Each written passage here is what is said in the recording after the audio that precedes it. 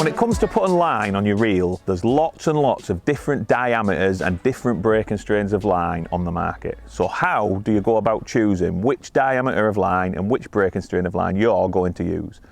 Well, in our FXT reel line, we go from 018 £4 all the way up to 028, which is £10. So a really big variation there, lots of diameters, lots of breaking strains in between. So, like all of my fishing, I like to try and simplify things a little bit. So the first thing you're looking at, are you going to be fishing with a float or are you going to be fishing with a feeder? So first up, we'll take float fishing. Now for float fishing, you want a nice thin line that's going to be allowing you to cast a lighter weighted float out to the distance you require. So for the vast majority of my float fishing for carp, whether that's for fishing standard wagglers in winter or for fishing smaller pellet wagglers, I'm always going to choose the 018 £4. Now £4 doesn't sound overly strong, but you've got a lot of line out, so that allows a little bit of stretch in your line, which gives added strength, and you're going to land all of them hard fighting fish, and also, most importantly, cast and present your waggler really well. Now while that's the line for most of my waggler fishing, there is an occasion when I'm going to be fishing big heavy wagglers, maybe 10, 12 gram in big open waters for really big fish. And then I'm going to step up slightly and I'm going to go all the way up to the £6 or 23.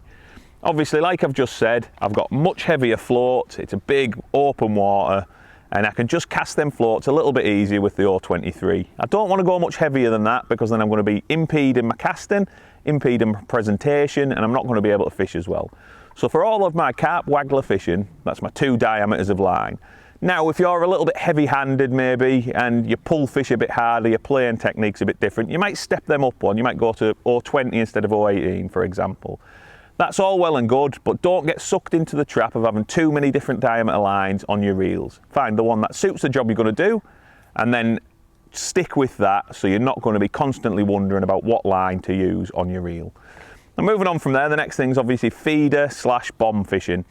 And then I'm going to use a slightly heavier line. First up, I've got heavier weight, I can cast it a little bit further, and that means that I don't have to worry about my presentation of my line floating on the surface also, because I'm going to be tightening up to that bomb, tightening up to that feeder, and everything's going to sink. The feeder or the bomb is almost presenting itself.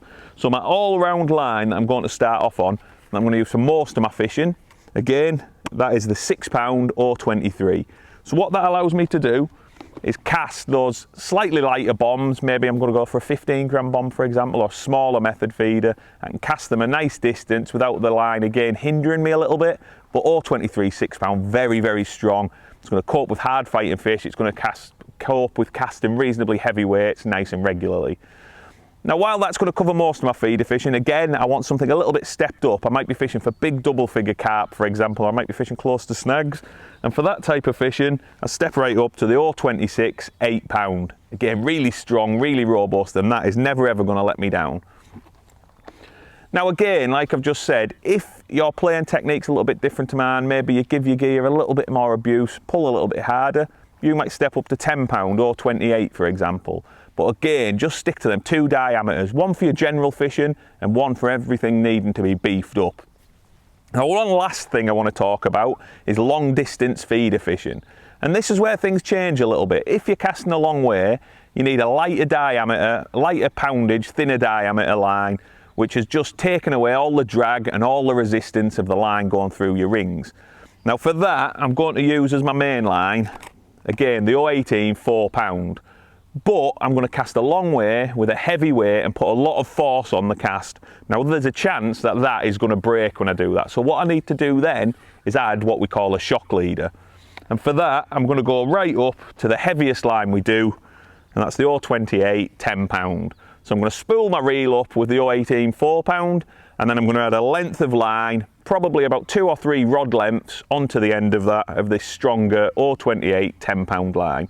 That just allows me to put plenty of pressure on the cast to reach the required distance without worrying about breaking off.